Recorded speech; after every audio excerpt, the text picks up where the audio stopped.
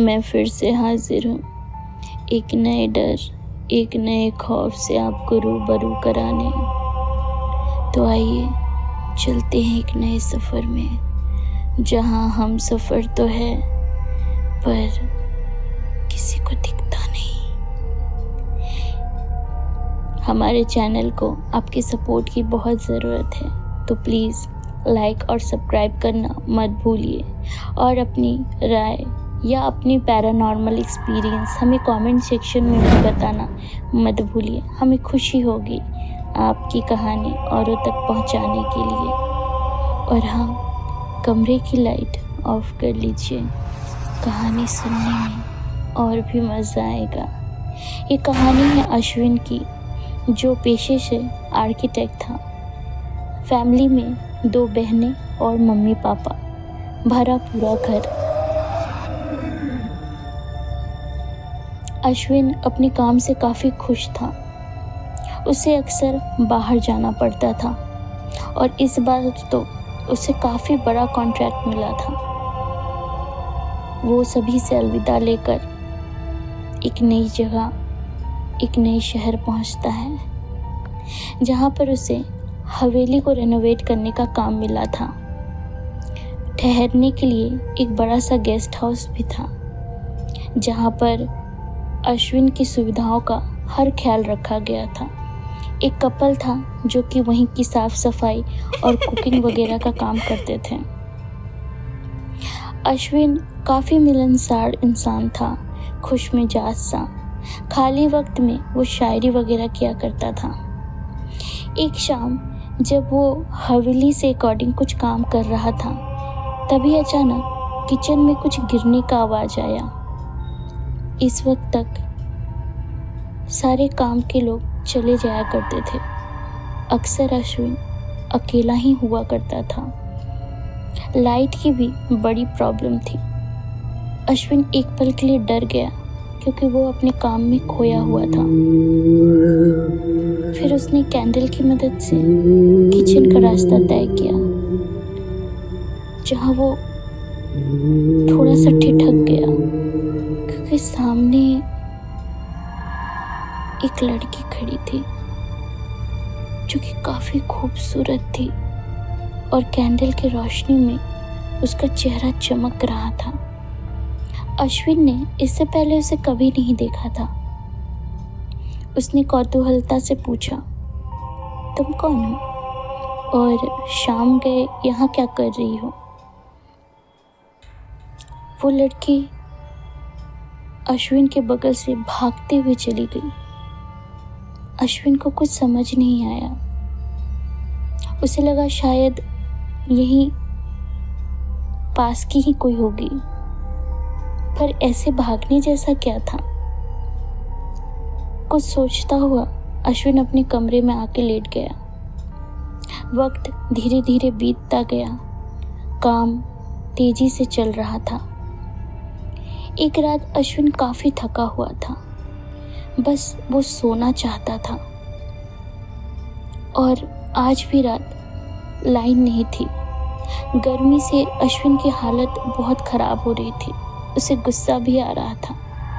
अपने कमरे से निकलकर सोचा थोड़ा बाहर की ठंडी हवा ही ले लूं। जैसे ही वो बरामदे में पहुंचा, उसने पाया वो लड़की उसी के कमरे की खिड़की की तरफ खड़ी है। अश्विन ने उसे आवाज़ लगाया, तुम कौन हो और यूं छुप छुप के क्यों आती हो? तुम्हें दिन के समय तो कभी नहीं देखता। वो लड़की कहती है, मैं वो केयर टेकर है ना, उन्हीं की बेटी हूँ। बापू कहीं आने जाने नहीं देते, बस इसीलिए। पर तुम छुप छुप के क्यों आती हो?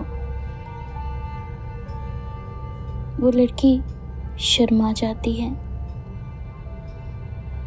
पर अश्विन उसका हाथ पकड़ लेता है और कहता है, बताओ ना। कहती है, आप मुझे बहुत अच्छे लगते हो और मैं आपको ही देखने आती हूँ। अश्विन कहता है, तुम भी मुझे बहुत अच्छी लगती हो। तुम बहुत खूबसूरत हो। अगर तुम कहो तो मैं। वो लड़की डर जाती है और कहती है ऐसा मत करना, वरना मेरे बापू तुमसे मिलने भी नहीं देंगे।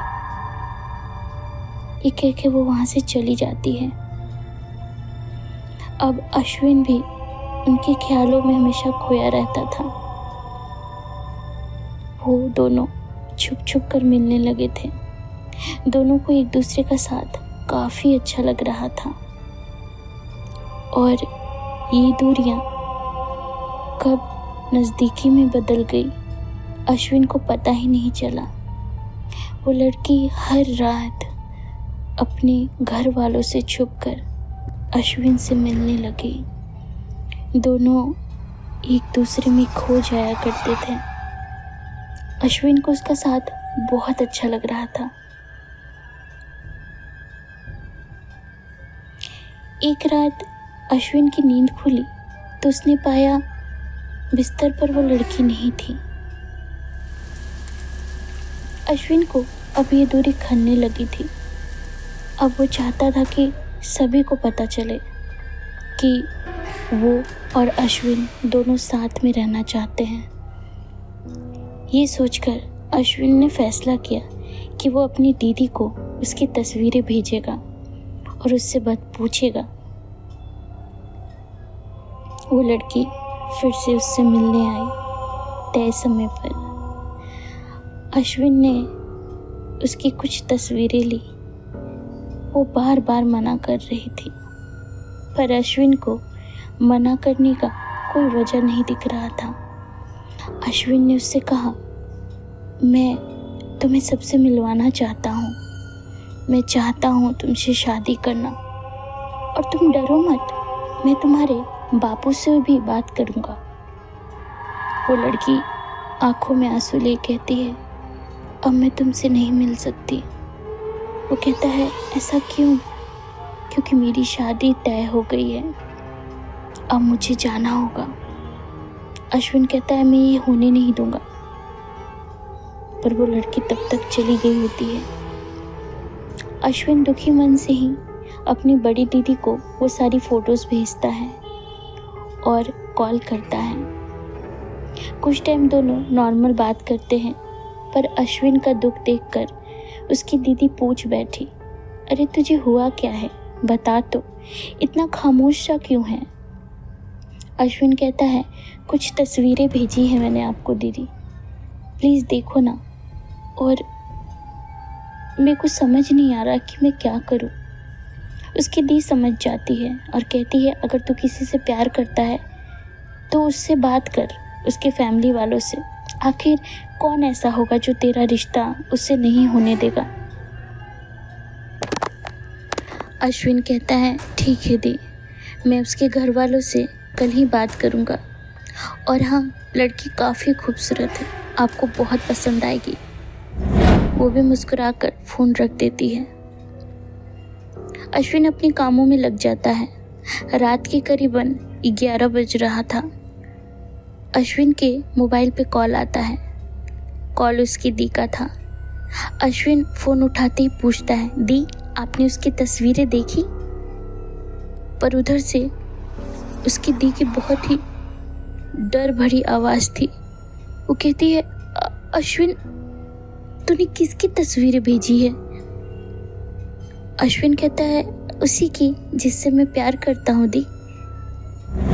और इतने में ही दोनों का संपर्क टूट जाता है। अश्विन दी को बार बार कॉल लगाता है, पर हमेशा नॉट रीचेबल आ रहा है। अश्विन कहता है, कोई बात नहीं, मैं कल सुबह दी से बात कर लूँगा। पता नहीं इतना क्यों घबराई हुई थी। अश्विन अपने कमरे से बाहर निकलकर देखता है तो वापस उसे वही खूबसूरत सा चेहरा दिखता है। अश्विन भागते हुए उसके पास जाता है और कहता है, तुम डर रही थी ना, देखो मैंने दी को हमारी तस्वीरें भेजी है और मैं कल ही तुम्हारे बापू से बात करूँगा। ये कहते हुए वो उसे पकड़कर अपने कमरे में लाता है और उसे गले से लगा लेता है। और जैसे ही वो उसे गले से लगाता है, उसे ऐसा महसूस होता है जैसे उसकी पीठ पर किसी ने अपने नाखूनों से वार किया हो। वो अपने आप को उस लड़की से छुड़ाने की कोशिश करने लगता है, पर आज वो पकड़ कुछ ज़्यादा ही सख्त थी। वो जैसे तैसे अपने आप को छुड़ाता है और जब सामने देखता है तो वो खूबसूरत सा चेहरा एक भयावह चेहरा में बदला होता है। उस लड़की की आंखें लाल थी और चेहरा बहुत ही डरावना। अश्विन को अपनी आंखों पे यकीन नहीं होता है। देखते देखते वो लड़की उसकी तरफ बढ़ रही थी। अश्विन गिर जाता है और चिल्लाने लगता है कि कौन हो तुम कौन हो? अश्विन के गले से आवाज नहीं निकल रही थी। उसकी जोर की चीख से वो केयर टेकर और उसकी वाइफ भागते हुए आते हैं। अश्विन बेहोश हो जाता है। सुबह उसकी आंख हॉस्पिटल में खुलती है जहां उसके घर वाले मौजूद होते हैं और उसकी दीदी अश्विन का हाथ पकड़ के कहती है, तूने जिसकी तस्वीर भेजी थी उसमें तो सिर्फ अकेला था, तेरे बगल में कोई नहीं था, तू किससे मिला करता था? तभी केयर टेकर और उसकी वाइफ कहते हैं, हमारी बेटी काला जादू किया करती थी, गांव वालों ने मिलकर उसे मार दिया। अश्विन को यकीन ही नहीं हो रहा था कि ये जो कहानियों में होता है वो उसके साथ सच में हो रहा है। सारे घर वाले बगल के सोफे पे बैठे हुए हैं। अश्विन बेड पर है और उसे अपने रूम के बाहर वही चेहरा दिख रहा है। तो कैसी लगी कहानी? आज के लिए इतना ही। फिर से मिलेंगे नई कहानी के साथ।